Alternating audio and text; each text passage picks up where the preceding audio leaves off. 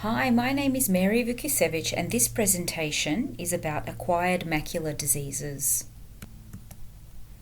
I'm going to be covering the following conditions: age-related macular holes, central serous retinopathy, cystoid macular edema, degenerative myopia, angioid streaks, and solar maculopathy.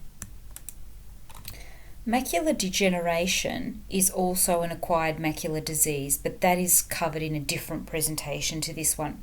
There are also several other acquired macular diseases which are less common, and so I'm not going to be presenting those here. Let's start first with age-related macular holes. Age-related full-thickness macular holes affect about every 3 in 1,000 people, so they're actually fairly common. They are idiopathic, meaning that we don't quite understand what causes them. You will find patients are usually female that present with a macular hole, and they're in their 60s or 70s. And because they affect the macula, the hole can cause severe central vision impairment. They can deteriorate asymptomatically, and often patients notice them first when the other eye, the better eye, is closed, and so they see the symptoms of the macular hole. There is a risk that the unaffected eye will develop a macular hole, and the risk is that after 5 years, about 10% of people will develop a macular hole in the other eye, in the good eye. So macular holes are a tractional issue because what happens is the photoreceptors are displaced due to something called a centrifugal force, possibly because they're not attached properly at the vitreous and fovea. And so what happens is traction occurs and pulls these layers both anteriorly and posteriorly. So the stages of macular hole are impending, occult, early, established, and greater than 400 microns. I'm going to show you examples of all of those now. Stage 1 holes are the very early kind, and stage 1A is rarely seen clinically, and usually you find it when they've presented with a full thickness macular hole in the other eye. Really all that you can see on the fundus is a little tiny yellow spot, but they're very, very hard to detect. A stage 1B hole is called an occult hole or hidden hole, and the patient can say that they've got slightly decreased vision or maybe metamorphopsia, blurry line. Metamorphopsia is irregular lines or not lines that are not straight. And you can also, when you look in at the fovea, see a small yellow ring around it. And you can see what's happening here is that the macular hole is formed in these retinal layers at the fovea macular area. And the reason that it's occult is because there's still a little bit of retina at the top there, and it's kind of underneath that last little layer that's still hanging on there. Now, a stage 2 macular hole is where you have a small defect of less than about 300 microns, and you can actually measure the size of these defects when you're doing OCT. And stage 2 are early or small macular holes, and these can actually take a week or two or even several months to progress from stage 1, which is the subclinical or hidden, to stage 2. And so what you can see is a defect around the fovea here, and the OCT shows that the attachment of the vitreous to the actual lid of the hole is still existing there, and this is the posterior hyaloid membrane, so it's just pulling up that macular hole, that lid of the macular hole, creating the space in there. Here's a picture of a stage 3 macular hole, and this is called an established full thickness macular hole, and you get quite a big defect of more than 500 microns in diameter. And so what you can see is there's a full macular hole all the way up. There's nothing hidden or hiding it. There's no upper layer. It's completely been detached. And at the borders of the hole, you can see these little cystic spaces occurring as well. And then stage 4 macular holes are the big ones, which are more than 400 microns in diameter, and it's quite a bit easier to see those when you're looking in at the fundus, because there are little yellowish deposits around the defect, and you can see the hole-like structure just there. Now, what happens here is that visual acuity decreases quite significantly, because essentially the photoreceptors are completely absent here now. But as the hole reaches its maximum size, the vision does stabilize. Unfortunately, the patient remains with the central scotoma while the hole is still there. When it's full thickness macular hole like this, it rarely resolves spontaneously and will require a surgical fix. A simple diagnosis for the macular hole is something called a Watzke-Allen test. And what you do is you project a narrow slit beam using a slit lamp over the center of the macular hole, both vertically and horizontally. And a patient with a macular hole will report that the beam that should look like this is either thinned or completely broken. If patients have a pseudo-hole or a macular cyst or something else, they won't report the thinning or the breakage. What they will say is that the beam is distorted or bent, like in the far examples here. This helps to aid your differential diagnosis. So here you can see the series of macular hole pictures that I've just shown you, and I would expect that if you are shown an OCT image of a macular hole, that you would be able to identify that it is a macular hole, because they are quite distinctive looking and not much else looks like it. So I would expect that you're able to identify the hole itself, especially a very easy one like a stage 3 or a stage 4. What I wouldn't expect at student stage is that you are able to assign it a classification though. So do know how to identify your macular holes. The next topic in this presentation is central serous retinopathy. Central serous retinopathy, or CSR, is also known as central serous chorioretinopathy, and it's a disorder of the outer blood retinal barrier where the sensory retina, the photoreceptors and the layers around the photoreceptors around the macula become detached. Now, it usually affects only one eye and is self-limiting. What is really important to note is that it mainly affects younger or middle-aged men with what's classified as a type A personality.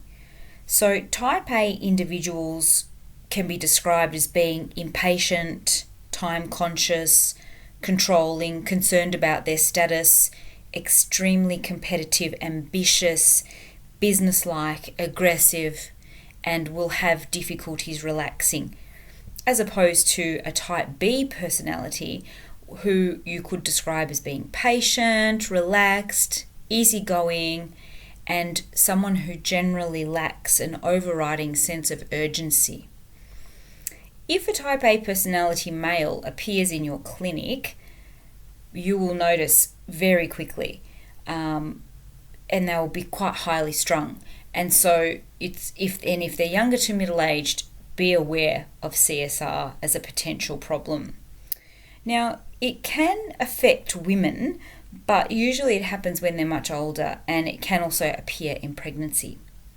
Now, CSR in people with type A personality is aggravated by things such as emotional stress or hypertension, consuming a lot of alcohol, or also having reflux, which tends to be related to anxiety and that type of personality. And this causes, or this is related to CSR. So careful history taking is really important. So patients will present with blurred vision in one eye, except if it's extrafoveal or sitting outside the fovea, in which case it can be asymptomatic. They'll have a positive scotoma, so they'll have an area of missing central vision, micropsia, which is a smaller retinal image, metamorphopsia, which is distortion of straight lines, and they'll have delayed retinal recovery time after they've been out in bright light, so it'll take longer for them to adjust. And they'll also have loss of colour saturation, so bright colours will appear duller, and decreased contrast sensitivity.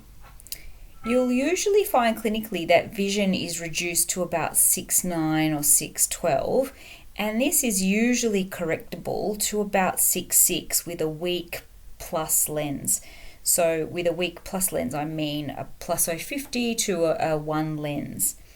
Now, why does this occur? Well, what happens is the retina is elevated in central serous retinopathy, and what happens is it artificially creates a hypermetropic eye. So when you put a +1 lens in front of the patient's eye with CSR, their visual acuity tends to improve. Obviously, this is not a prescription that you would prescribe for them, because the CSR is self-limiting and likely to resolve. So clinically, when you have a look at the fundus, what you'll see is this round oval area around the macula. Now, it's really important to OCT these patients, because the OCT, the scan, will show you the elevation of the retinal layers from the retinal pigment epithelium. And you can see this zone, the black zone. We call this an optically empty zone. It's just fluid in there, and it pushes the retina forward in that area in the macula, and therefore causes the decreased visual acuity. There are 3 condition courses to CSR. They are short, prolonged, or chronic. And in the short course, it sticks around for a short period of time, between 3 and 6 months, when the subretinal fluid will actually reabsorb and the vision returns to near normal. The patient may still remain with some mild contrast problems or colour vision problems. You can have a recurrence in about 30% of cases of short course CSR. If it's prolonged course, it can last more than 6 months, but will resolve itself by the 12-month mark. And again, vision can return pretty much to normal, but sometimes the patient can experience some remaining subjective problems with their central vision in the affected eye.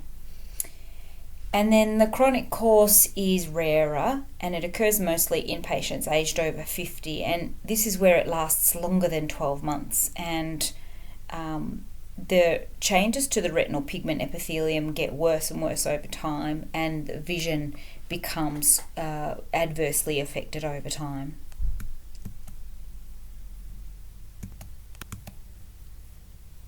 Let's now take a look at cystoid macular oedema. Cystoid macular oedema is what we classify as a non-specific condition, because it can occur with many different conditions, underlying conditions secondary to those, and it is quite common. And what happens is you get accumulation of fluid in the outer plexiform and inner nuclear layers of the retina. So they're really within the retinal spaces there, and you can get fluid-filled cysts occurring. There are no short-term effects, but if it's long-standing, it can lead to really large cavities at the fovea, and this therefore results in irreversible damage to central vision, because the photoreceptors have been separated from the other retinal layers and they're not nourished properly and don't conduct their electrochemical responses efficiently, and so on. So you get these long-lasting effects. Now, how the patient presents actually depends on the underlying etiology or the underlying cause, and their vision could actually be affected by any number of pre-existing conditions which have caused the cystoid macular edema. I'm going to show you some of those conditions in a moment. If there's no underlying condition and they've just presented with CMO by itself, or if it's secondary to something that's not causing them vision problems, then they'll say that they've got a central scotoma. When you look in at the fundus on slit-lamp, you'll see a loss of foveal depression. So the fovea is no longer, has that little dip in it, and you get thickening of the retina and also multiple cysts, as you can see here. This is a schematic representation of how it might look.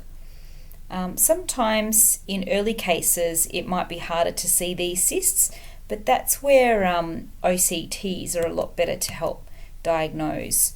So on the OCT, what you'll see is these hyporeflective spaces, and these occur, these occur around the fovea macular area, and you get the overall macular thickening and loss of foveal depression as well. So once again, the fovea doesn't have that nice little dip in it, but it's raised like so, and the cysts are very easy to spot on OCT. So here are the underlying conditions which CMO can be linked to. Things like diabetic retinopathy, or in cases of diabetic retinopathy, it's called diabetic maculopathy or diabetic macular edema. Retinal vein occlusions cause CMO, hypertensive retinopathy, retinal telangiectasias, micro or macroaneurysms of the retinal artery, radiation therapy, and cataract surgery. The most common times in patients that you'll see CMO is if in patients that are diabetic or have had retinal vein occlusions, but also post-cataract surgery. The incidence of CMO after cataract surgery is about 5%. So 5% of cases will present with CMO after surgery. Let's move on now to degenerative myopia. Now, degenerative myopia is directly linked to high myopia. So what's the definition of high myopia? Well, it's a refractive error of more than 6 diopters, and where the axial length is usually more than 26 millimeters. So pathological or degenerative myopia is usually characterized by progressive elongation of the anterior posterior part of the sclera, and it's associated with a range of other ocular changes, and it's thought to relate to a mechanical stretching of the involved structures, so the sclera, the choroid, the retina, and so on. It's unfortunately a significant cause of legal blindness, and the most common cause of vision loss is maculopathy, which is associated with the degenerative myopia. It affects about 0.5% of the general population and about 30% of myopic eyes. So this is generally what you'll see in high myopes when you look at the fundus. You'll get this very pale looking fundus with a tigroid appearance, and it's because the retinal pigment epithelium has been stretched out, and there's the pigment has been stretched out under the retina, and so it's almost like a see-through effect, and you can see these large choroidal vessels underneath. You can also get chorioretinal atrophy, which are these big white spaces here on this person's retina, and it's almost like the sclera showing through because it's all thinned out and transparent. Another common sign is an anomalous optic nerve head, and there's the edge of the optic nerve head here, and it looks sort of football shaped because it's tilted at its insertion, and you can see a little bit of sclera showing here as well. Myopes tend to have a slightly tilted optic disc, and this is a high myope, so it'd be even worse. You can also develop lacquer cracks. See these little cracks here? These are cracks in the retinal pigment epithelium and Bruch's membrane area of the choroid, and there's these little yellow lines crisscrossing across, and the vision will be affected in this case because they're crisscrossing across the fovea, unfortunately. Patients can also develop a subretinal hemorrhage under the retina. We call this one a coin hemorrhage because it's the shape of a coin, nice and round. And then finally, in the last one, you can get these what we call Fuchs spots, and they're raised circular or pigmented lesions, usually occurring around the macula, and what they happen after this subretinal hemorrhage has absorbed. So these are the signs.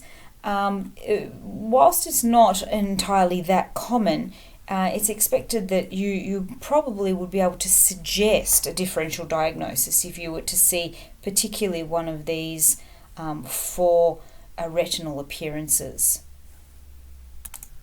Now, degenerative myopia does have an impact on visual acuity, and this is because most of the lesions that occur with this problem are around the macular area. And so macular vision is responsible for fine detail, colour, and so on and so forth, and therefore is adversely affected. I'm going to talk to you about angioid streaks now. Angioid streaks are cracks or ruptures in Bruch's membrane, and they occur as a result of thickened or calcified brittle collagen within that area of Bruch's membrane. And what you see is these linear grey or dark red lesions with irregular edges occurring around the retina, and they lie beneath the normal retinal vessels. So you can see here, this crack here is underneath this particular vein, and it's because they are in the deeper layers of the eye, and particularly in that Bruch's membrane of the choroid. So they're actually under the retina. And they're usually occurring in a ring-like pattern around the disc, and then they spread their tentacles outwards. Now the problem comes in terms of vision when they stretch out and cover the macula, and that's when they're going to mostly affect visual acuity. Patients can also present with optic disc drusen, and they can have a choroidal rupture after very minor ocular trauma because it causes a subretinal hemorrhage. And these eyes with angioid streaks are extremely fragile, and patients should be warned against participating in contact sports and should use protective glasses for all ball games, because that's really going to have an impact if they get hit in the eye. They're much more fragile from getting hit in the eye than the normal eye. Here's a case of angioid streaks that I saw clinically, and you can just see a hint of the angioid streak around the optic nerve here on the colour photograph. On the one here on the right, the red-free photo, you can see that the angioid streaks a little bit more well defined, and then on fundus fluorescein angiography, the angioid streaks are much more visible. Now, the good thing about this particular patient is the angioid streaks did not cover the macula, and so they had intact vision. And now finally, let me tell you about solar retinopathy or phototoxic retinopathy. Solar retinopathy is a retinal injury caused by a photochemical effect of sun radiation, either by directly or indirectly viewing the sun.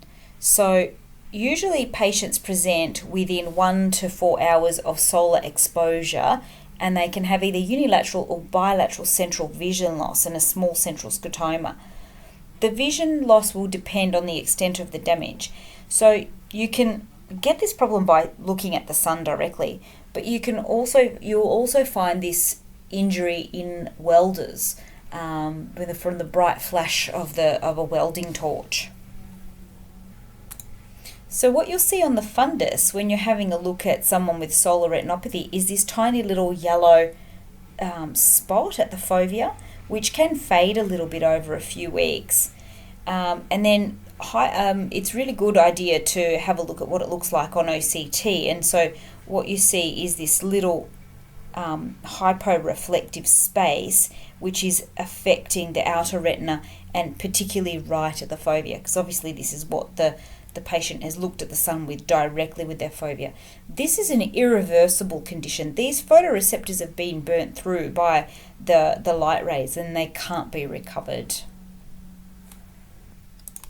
So that brings us to the end of this presentation, and I'll just remind you that we've covered age-related macular holes, central serous retinopathy, cystoid macular edema, degenerative myopia, angioid streaks, and solar maculopathy.